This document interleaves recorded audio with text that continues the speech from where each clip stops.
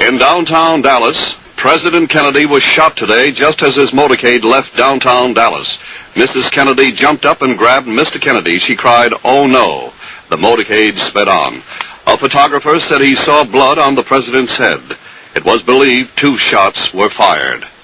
Keep tuned to your NBC station for the later news. NBC Newsroom in New York. President Kennedy and Governor John Connally of Texas have been cut down by assassins' bullets in downtown Dallas. We'll repeat that. President Kennedy and Governor John Connally of Texas have been cut down by assassins' bullets in downtown Dallas. They were riding in an open automobile when the shots were fired. The president, his limp body cradled in the arms of his wife, Jacqueline, had been rushed to Parkland Hospital. Clint Hill, a Secret Service agent assigned to Mrs. Kennedy, said he's dead as the president was lifted from the rear of a White House touring car, the famous bubble top from Washington. He was rushed to an emergency room in the hospital. Other White House officials were in doubt as the corridors of the hospital erupted in pandemonium. The incident occurred just east of the triple underpass facing a park in downtown Dallas. Reporters about 5 car lengths behind the chief executive were behind the autocade. Stay tuned to your NBC station for the later news.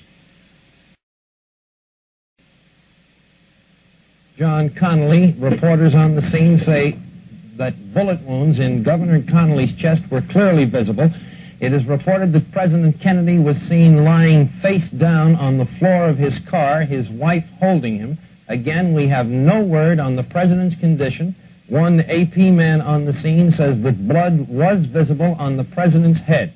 He has been taken to Parkland Hospital in Dallas, Texas. The motorcade took about 5 minutes to get to the hospital. It was during that trip that reporters saw the president lying flat on the face of his car. One reporter asked one of the presidential assistants, Kenneth O'Donnell, if the president were dead. The man gave no answer. There is no reason to believe the president is dead. There is no word on his condition. Neither is there any word on who made the attack. That is all we have from Dallas, Texas at the present time. There has been a gun attack on the President of the United States. And what a scramble communications in this country are at this moment. We will relay to you all the information that we have. We shall establish circuits between New York and Dallas at any moment, but in the interim, we shall relay to you from here the information that we have. It goes like this.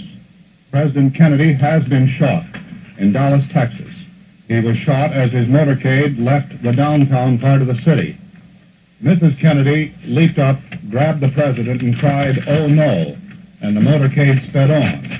An Associated Press photographer reports that he saw blood on the president's head.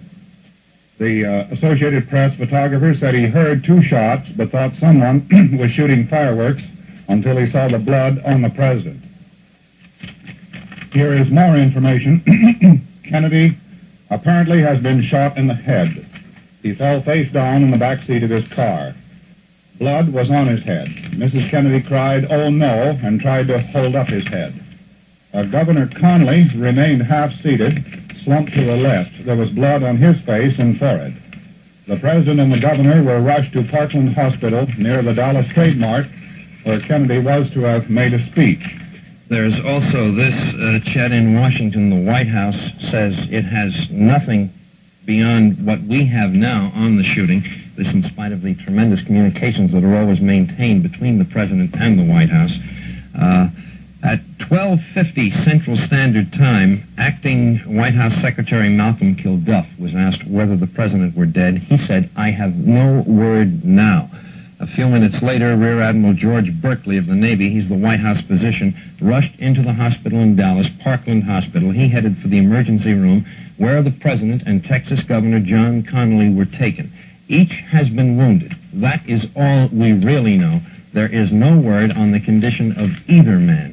There is no indication that either is dead, no report on how serious the wounds may be. Chet and Bill, if I may step in for just a moment to let you know, NBC will continue its coverage of this throughout until we are fully abreast of all the facts. We have a mobile unit on its way to the White House now. As you just reported, the White House doesn't seem to have any more information than the reporters on the scene. And we are also establishing contact with our Robert McNeil, who's with the President's party in Dallas, and we expect to be getting reports from him very shortly.